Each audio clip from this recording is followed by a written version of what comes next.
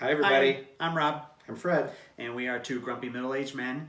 If you like our channel, remember to please subscribe, give this video a thumbs up if you like it, and also remember to click on that notifications icon if you want to be notified of new videos that we upload every week. Well, we're going to talk about... It's been an entire week we're wearing the same clothes. A whole week has gone by since our last video.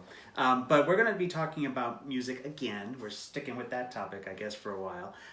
But in particular, this week we're going to talk about either artists that we hate or artists that we don't quite understand. Everybody's on the train with them, but we somehow missed the train and we're not quite sure why everyone loves them so much. So we have good taste. What do you want to talk about first? Bruce Springsteen and John Mellencamp for me are the same person. They both represent this middle America, hard work, Iron City, farmland bullshit, and I can't stand anything they do. I do like a couple of songs by John Mellencamp, but I don't think I like Bruce Springsteen at all. I will say I do recognize their talent. I think that Bruce Springsteen is very talented. Boring. I think that John Mellencamp is very talented. Boring. They're not my cup of tea, though. Boring. I don't particularly care for their music. So But like basically, you said, this they video do is have about a us couple expressing of our songs. opinions, which isn't, who cares about that? Sure. Why are we making this video then? Sell it to them. Why are we making this video? If we're just expressing our opinion. I'm just asking. Go ahead. Next. So anyway, I get that. John Mellencamp, Bruce Springsteen, I don't particularly like them, but I do think that they are talented. Well, It's not like they're not like a Cardi B where she's got no talent whatsoever. They can at least play in my guitar opinion. better than I can. That's so true. that doesn't mean that they're good. Well, I think then that goes with my first person on my list is David Bowie. David Bowie's incredibly talented, got a great voice, but for the longest time, up until just maybe a couple of years ago, I didn't. Up until no, before he died, I didn't quite get why people liked him so much. I mean, I recognized he was talented, but I didn't like his music. Then I think as I got older, I think I was too young for him. Up until I was like 35. Well, don't you think he's sort of mature? I mean, he's not music, I think, for a kid, a teenager. In the 70s, teenagers listened to him. I suppose so. But for me, I think he's a mature artist. I think you have to appreciate him as an adult. I guess so.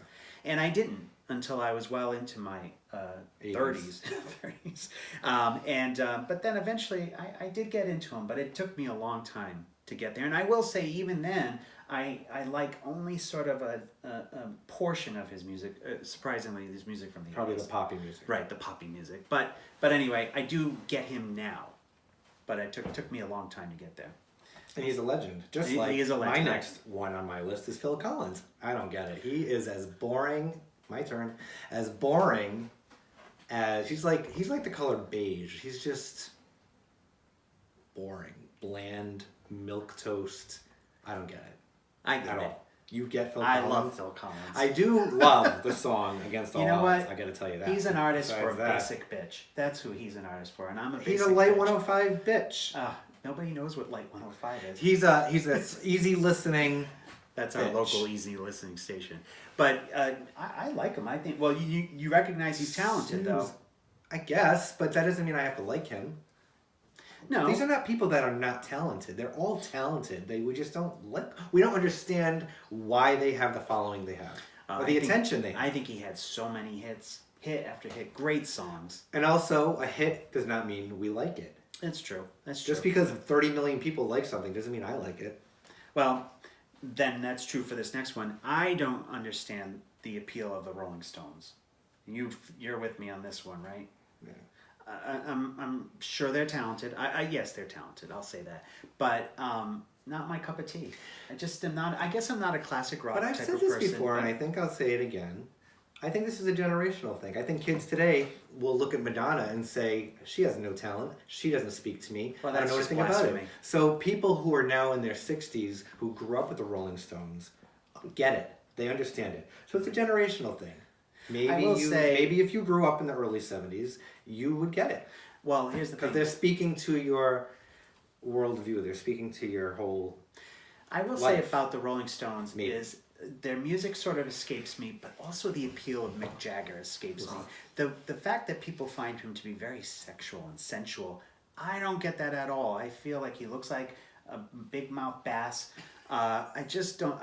Granted, he moves very sexually, and I like that. He looks like a little bit like Don Knotts. He does. The Incredible Mr. Limpet. It's true. The big lips. All right. Well, moving on. Who's your next one? I was going to say something else, but okay, I'll go back to that. Oh, Elvis, on the other hand, I find the young Elvis incredibly sexy because... Of course. So it's not that they're old people, and I think people would agree universally that Elvis, when he first came out, was young handsome. and very handsome.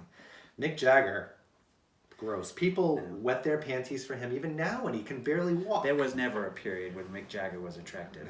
And he got the best looking models on earth. He got so much pussy. His money. I'm sure that every night he went backstage and he had 20 girls waiting for him. He could have opened a cat clinic. Yeah. All right. So, Tears for Fears, Snoozeville. Not going to agree with you on this one either. He loves them.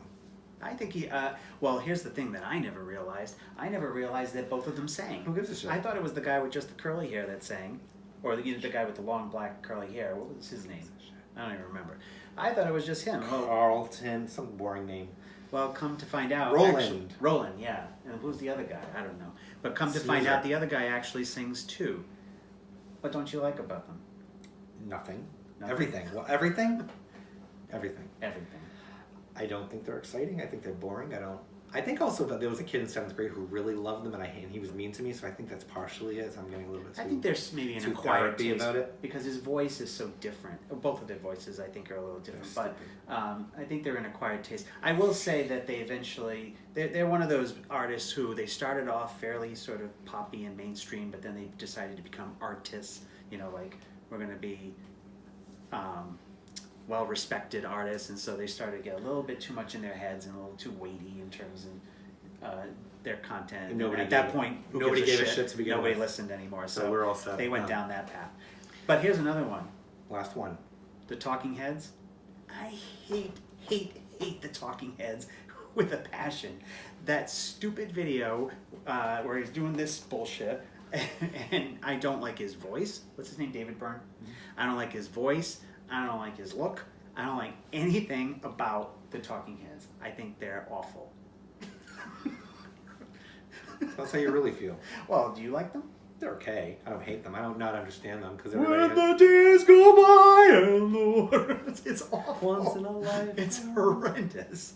That thing though has a local origin because and they played that video 1,000 times. If you're not from Rhode Island, and I doubt anybody who's not from Rhode Island will be watching this, but we have hot wieners, which are like Coney Island dogs, I guess they call them. They're hot dogs with meat sauce on them.